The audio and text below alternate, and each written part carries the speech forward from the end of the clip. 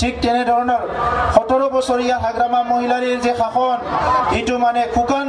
এটা গছৰ নিচিনা, ডাল পাত নোহোৱা গছৰ নিচিনা, শুকান প্ৰাকৃতিৰ নিচিনা, পানী নোহোৱা জীৱ নোহোৱা নিচিনা হৈ গৈছে। আৰু ইয়াত যদি জীৱ আনিব লাগে, ইয়াত যদি পানী দিব লাগে, ইয়াত যদি নতুন পাত আৰু ফুল ধৰিব লাগে, আমি পৰিৱৰ্তন আনিব লাগিব। পৰিৱৰ্তনে আমাৰ কাৰণে বহুত কিবা কিবি আনি দিয়ে। আৰু সেইটো পৰিৱৰ্তন যিটো আমি বিচাৰিছো সেইটো এনে নহয়, সেইটো আকাশৰ পৰা নপৰে। এই পৰিৱৰ্তনটো আমি নিজে কৰিব লাগিব। আজি কিছুমান কথা শুনি পেলাই, কিছুমান মানুহক দেখি পেলাই খুব দুখ লাগিছে। ৰাজনীতি কৰিবলৈ আহিছে, ভাল কথা। ভাৰতবৰ্ষ বিশ্বৰ ভিতৰত সৰ্ববৃহৎ গণতন্ত্ৰ দেশ, আৰু আমাৰ গণতন্ত্ৰৰ ৭২ বছৰ বয়স হ'ল। এই ৭২ বছৰ বয়সত ভাৰতৰ গণতন্ত্ৰ বহুত আগবাঢ়ি গ'ল। বহুত নেতাবিলাকে, বহুত ৰাজনীতিবিদবিলাকে এটা মূল্যবোধৰ ৰাজনীতিৰ কথা পাতিছে, ৰাইজৰ উন্নয়নৰ কথা লৈ পেলাই, ভাল ভাল স্কিম লৈ পেলাই, দৰিদ্ৰ মানুহৰ কথা, দুখীয়া মানুহৰ কথা, খেতিয়কৰ কথা, ষাঠি খোৱা মানুহৰ কথা, এই আটাই কথাটো লৈ পেলাই আজি কি কি ভাল আঁচনি দিব পাৰে এইবিলাক লৈ পেলাই আলোচনা কৰিছে। কেন্দ্ৰীয় থকা ৰাষ্ট্ৰীয় দলবিলাকে বিভিন্ন আঁচনিক লৈ পেলাই আজি আলোচনা কৰিছে। কিন্তু অতি দুৰ্ভাগ্যজনক কথা, আজি অসমৰ এটা ইম্পৰ্টেণ্ট সবচে প্ৰয়োজন এটা সাংসদীয় এটা সমষ্টি, কোকৰাঝাৰ সমষ্টিত যিসকলে আজি ৰাজনীতি খেলিবলৈ আহিছে, তেখেতসকলৰ মুখত কোনো আঁচনি নাই, তেখেতসকলৰ হাতত কোনো আঁচনি নাই। ৰাইজক কেনেকৈ আগুৱাই লৈ যাব, শান্তি আৰু নিৰাপত্তা কেনেকৈ প্ৰতিষ্ঠা কৰিব, দৰিদ্ৰ দুখীয়া মানুহৰ কাৰণে কি কাম কৰিব, নিবনুৱাসকলৰ কি কাম কৰিব, খেতিয়কৰ কাৰণে কি কৰিব, মহিলাসকলৰ কাৰণে কি কৰিব, তেখেতসকলৰ কোনো আঁচনি নাই। অতি দুৰ্ভাগ্যজনক কথা। ৰাজনীতি মানে মানৱ সেৱা, মানুহক দাবী ধমকি দিয়া নহয়, টকা পইচা দি কিনা নহয়, ভেটিগ্ৰস্ত কৰা নহয়, জনবল বাহুবল ধনবল ব্যৱহাৰ কৰি ভোট কিনাটো ৰাজনীতি বুলি নকয়। ৰাজনীতিটো হৈছে মানৱ সেৱা। আৰু আজি যিটো ৰাজনীতি আমি দেখিবলৈ পাইছো, এইটো অতিকৈ দুৰ্ভাগ্যজনক কথা বুলি আমি ক'ব লাগিব। এই 17 বছৰ হাগ্ৰামা BPFৰ যিটো দুৰ্নীতি, অপশাসন, আৰু আনপিনে 5 বছৰ হীৰাখৰণীয়াৰ সমাজটো মিৰু বিভাজন কৰি কৰা ৰাজনীতি, এই দুটা পৰিৱেশে, এই দুটা পৰিস্থিতিয়ে, এই দুইজন নেতাৰ যিটো নেতৃত্বই আজি BTC অঞ্চলৰ ৩২ লক্ষ মানুহক আজি জুৰুলা কৰি পেলাইছে। ৰাইজ আমি পৰিৱৰ্তন আনিবই লাগিব। আজি তেখেতসকলে এজনে এজনক বোকা চিটুৱাই আছে আৰু ৰাইজক বলিৰ পতা সাজাব বিচাৰিছে। হাগ্ৰামা মহিলাৰীৰ মুখত বদলেন আৰু অবৰ, হীৰাখৰণীয়াৰ মুখতো একে বদলেন আৰু অনাবৰ। তেখেতসকলে অনাবৰ ৰাইজক একত্ৰিত কৰিব বিচাৰে, ভোট লাগে, আৰু বদলেণ্ডৰ শব্দটো ব্যৱহাৰ কৰে। এই দুইটা মানুহে একে ৰাজনীতি কৰি আছে। কিন্তু আমাক কি লাগে, আজি যিটো ভয় দেখুৱাইছে, বদলেণ্ড হলে আপোনালোকক খেদি পঠাব, কাটিব, মাৰিব, বিভিন্ন কথা। আজি সকলোতকৈ ক্ষতিগ্ৰস্ত হোৱা দুইটা জনগোষ্ঠীৰ দুটা ৰাজনীতি দল একত্ৰিত হৈ ইলেকশ্যন খেলিছে। সেইটো আমাৰ কাৰণে ডাঙৰ মেছেজ। আজি এই কাম কংগ্ৰেছে কৰা নাই, এই কাম বিজেপিয়ে কৰা নাই, এই কাম হাগ্ৰামাই কৰা নাই, এই কাম BPFে কৰা নাই, এই কাম হীৰাখৰণীয়াই কৰা নাই। এজন সাংসদ হিচাপে আপোনাৰ দায়িত্ব কি? হীৰাখৰণীয়া ভাৰতৰ সংবিধানত কি লিখা আছে, কি কোৱা আছে? সাংসদ হোৱাৰ আগত আপুনি যি টি কথা ক'লে, কিন্তু সাংসদ হোৱাৰ পিছত আপুনি কি কৰিব লাগিছিলে?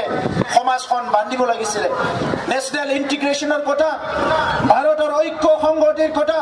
এই ভাৰতৰ হিন্দু, মুছলিম, শিখ, ইছাই, বাথৌ, ব্ৰহ্ম,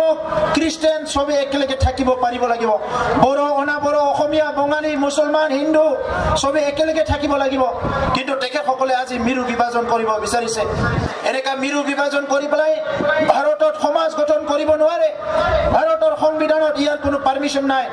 আজি সেইকাৰণে নৱশৰণীয়া ডাঙৰীয়াই যিটো কৰিছে, এইটো সংবিধানৰ পৰিপন্থী বুলি ক'ব লাগিব। তো ৰাইজ আজি যিটো কথা কৈছে, বড়োলেণ্ডৰ কথা দি যিটো ভাবুকি দিছে, কোনখন বড়োলেণ্ডৰ কথা কৈছে? 1993 চনত BSC গঠন হ'ল, বড়োলেণ্ড অট'নমাছ কাউন্সিল। 2003 চনত BTC গঠন হ'ল, সেইটোও বড়োলেণ্ড টেৰিটৰিয়েল কাউন্সিল। আৰু কোনটো বড়োলেণ্ডৰ কথা ভয় দেখাব বিচাৰিছে? গাড়ী যদি কিবা সমাধান হয়, এই সমাধানত ভাৰতৰ সংবিধানে এই সমাধান কৰিব, সংবিধানৰ বাহিৰত একো নহয়। আৰু ভাৰতৰ সংবিধানে ইয়াত বসবাস কৰা সকলো জাতি জনগোষ্ঠী, খিলঞ্জীয়া, অখিলঞ্জীয়া, ট্ৰাইবেল, নন ট্ৰাইবেল, হিন্দু, মুছলিম সকলো একেলগে বসবাস কৰাৰ কাৰণে এটা ব্যৱস্থা কৰি দিছে ভাৰতৰ সংবিধানে আৰু সেইটোকে আমাৰ কোনোবা নেতাবিলাকে যিসকলে সংবিধান বুজি নাপায় যিসকলে ৰাজনীতি বুজি নাপায় তেখেতসকলে আজি দমন নীতি চলাই পেলাই ইয়াত মানে ৰাজনীতি পৰিৱেশটো নষ্ট কৰিছে সামাজিক পৰিৱেশটো নষ্ট কৰিছে অৰ্থনৈতিক পৰিৱেশটো নষ্ট কৰিছে এইটোৱে অতিকৈ দুৰ্ভাগ্যজনক কথা তো সেইকাৰণে ৰাইজ আজি তেখেতসকলে যিটো ভাবুকি দিবলৈ আহিছে ইয়াত আপোনালোকে ভয় নাখাব ইতিমধ্যে ৰাইজে বুজি পাইছে তেখেতসকলৰ যিটো দুৰ্নীতি 17 বছৰৰ হাগ্ৰামা চৰকাৰৰ 5,000 কোটি টকা আহিল 5,000 কোটি টকা ৰাইজে কি পালে আজি আমাক হিচাপ লাগে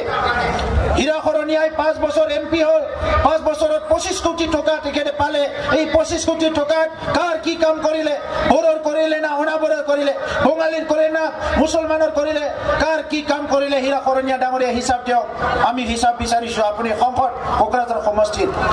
এই 5 বছৰত তেখেতসকলে কাৰ কাম কৰিলে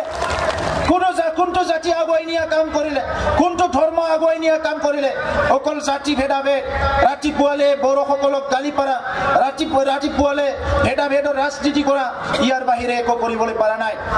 হাগ্ৰামা মহিলাৰ ডাঙৰী আপোনালোকে দেখিবলৈ পাইছে কোনোবা যদি মিটিঙত আহে আধা ঘণ্টা লেকচাৰ দিলে 25 মিনিট মোক গালি পাৰি আপচুক গালি পাৰি সময় কটায় কাৰণটো কি কাৰণ তেখেতৰ হাতত একো আঁচনি নাই ৰাইজক দিবলৈ একো আঁচনি নাই দেখিলে একোই কৰা নাই ৰাইজৰ কাৰণে যি কৰিছে নিজৰ কাৰণে কৰিছে সেইকাৰণে ৰাইজ আজি পৰিৱৰ্তনৰ কাৰণে আমি আগুৱাই আহিব লাগিব আজি ইউপিপিএল আৰু এউডিএফে দৰিদ্ৰ মানুহৰ কাৰণে কাম কৰিব দুখীয়া মানুহৰ কাৰণে কাম কৰিব সেইদিনা বিজনেছ দেখিবলৈ পাইছো হাগ্ৰামা মহিলাৰ ডাঙৰীয়াই নিজৰ ভাষণ দি থাকোঁতে চানা বেপাৰী বড়ো বেপাৰীবিলাকক খং কৰিছে খং কৰিবই তেখেতসকল দুখীয়া মানুহ আৰু আমিতো তেখেতসকলক মৰম কৰোঁ আমিতো বিচাৰো যিমান চানা বেপাৰী বড়ো বেপাৰী আছে ইয়াতে আহক আমি মাতো তেখেতসকলক আমি বিচাৰো কিয়নো আমি দৰিদ্ৰ মানুহৰ কাৰণে কাম কৰিম দুখীয়া মানুহৰ কাৰণে কাম কৰিম আৰু দুখীয়া মানুহৰ কাৰণে আজি তেখেতসকলে ৰাজনীতি কৰিবলৈ আগুৱাই আহিছে এই বিটিচি অঞ্চলত কিমান হাজাৰ নিবনুৱা যুৱতী আছে তেখেতসকলৰ কোনো সংস্থাপন নাই আজি হাজিৰা কৰি খাব লগা হৈছে বিভিন্ন কষ্ট কৰি খাব লগা হৈছে আমাৰ খেতি পথাৰ আজি শুকান হৈ আছে তাত কোনো ইৰিগেশ্যনৰ ব্যৱস্থা নাই ইয়াত কোনো এগ্ৰিকালচাৰ চিষ্টেম মানে যিটো সাইণ্টিফিকেলি ডেভেলপ কৰিব লাগে এনেকুৱা একো ব্যৱস্থা নাই 5 বছৰত হীৰা খৰণীয়াই না পিডব্লিউডি ইঞ্জিনিয়াৰক লগ কৰিছে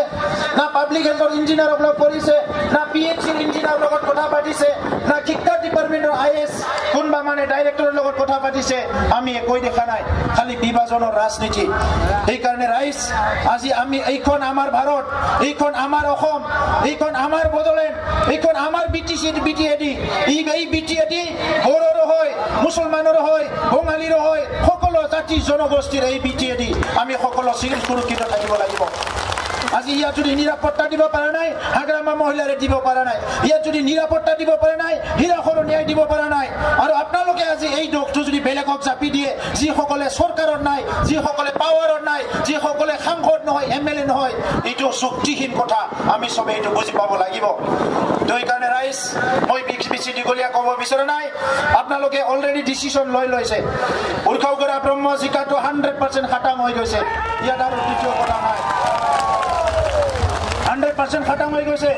এই কাৰণে আজি ৰাইজ হিল দল ভাঙি স্বতঃস্ফূৰ্ত ওলাই আহিছে আৰু আমি ইতিমধ্যে গম পাইছো বড়ো সুৰক্ষা মঞ্চৰ চিফ এডভাইচাৰ আমাৰ লগত জইন কৰিবলৈ আহি আছে বড়ো সুৰক্ষা মঞ্চৰ হীৰা খৰণীয়া ইতিমধ্যে বড়োৰ বহুত জইন কৰিলে বিভিন্ন দল সংগঠনৰ জইন কৰি আছে সবে পৰিৱৰ্তন বিচাৰিছে এইফালে হাগ্ৰামা বিপিএফত গ'লে অকল টকা পইচা খাওয়া লোৱা কাজিয়া পেছাল এইটো কোনো শান্তি নাই সমাজৰ কোনো কথা নাই এইফালে হীৰা খৰণীয়াৰ তাত গ'লে বড়োৰ লগত কথা পাতিব নালাগে সমাজৰ লগত বিভাজনৰ সদায় কথা পাতে কাক ধ্বংস কৰিব লাগে কাক কি কৰিব লাগে এইবিলাক কথা পাতে মানুহবিলাক আজি বিয়া পাইছে সমাজখন সবে শান্তি বিচাৰে আগুৱাই যোৱাটো সবে বিচাৰে তো এইকাৰণে ৰাইজ আমি পৰিৱৰ্তনৰ লগত থাকিব লাগিব পৰিৱৰ্তন বিচাৰিব লাগিব আমাৰ উঠি অহা নৱ প্ৰজন্মৰ কাৰণে আমাৰ যিটো বিটিএডি সেইটো সুন্দৰকে আমি সাজাব লাগিব সেইকাৰণে মই বেছি দীঘলীয়া নকওঁ আপোনালোকে ইতিমধ্যে যেনেকৈ মানে আজি হিল দল ভাঙি ওলাই আছে এইটোৱে প্ৰমাণ যে পৰিৱৰ্তন হ'ব এই পৰিৱৰ্তনটো ইয়াতে সীমিত হ'ব নালাগে এই পৰিৱৰ্তনটো বিটিএডিটো পৰিৱৰ্তন আনিব লাগিব এই পৰিৱৰ্তনটো এছেম্বলিটো পৰিৱৰ্তন আনিব লাগিব আজি আমি দেখিবলৈ পাইছো অসমৰ মুখ্যমন্ত্ৰী সৰ্বানন্দ সোণোৱাল ডাঙৰীয়াই মুখ্যমন্ত্ৰী হোৱাৰ পিছতে কৈছিলে জিৰ' টলাৰেন্স কৰাপশ্যনটো মই সহ্য নকৰোঁ এই অসমৰ কৰাপশ্যন অসমৰ পৰা দুৰ্নীতি কৰাপশ্যন বন্ধ হ'ব লাগিব আজি তেখেতে নিজৰ কাৰ্যকালত যদি APSC কেলেংকাৰীটো যদি তদন্ত কৰিব পাৰে BTCত আজি যে উন্নয়ন হোৱা নাই কোটি কোটি টকা যে আত্মসাৎ কৰিলে কৰাপশ্যন কৰিলে ইয়াৰ ওপৰত ইন কৰি দিব নোৱাৰে এইকাৰণে ৰাইজ আজি যদি পৰিৱৰ্তন হয় 5,000 কোটি টকাটো ক'ত খালে ইয়াৰ প্ৰথম হিচাপ হ'ব লাগিব আৰু যিসকলে পইচা খাইছে জেলত যাব লাগিব যিসকলে আয়োৱা ঘৰৰ পইচা খাইছে যিসকলে ৰাইজৰ টয়লেট বনোৱাৰ পইচা খাইছে যিসকলে দুখীয়া মানুহৰ আজি IBS স্কিমৰ পইচা খাইছে মহিলাসকলৰ সেল্ফ হেল্প গ্ৰুপৰ পইচা খাইছে এইসকলক প্ৰথম ইনকুৱাৰী কৰি জেলত পঠাব লাগিব ইয়াৰ বাহিৰে বেলেগ বিকল্প নাই সেইকাৰণে ৰাইজ ভোটৰ বিয়া হৈ আহিছে মই বেছি ক'ব বিচৰা নাই আপোনালোকক সকলোলৈ বিনৰ ৰঙালী বিহুৰ শুভেচ্ছা জনাইছোঁ সকলো শান্তি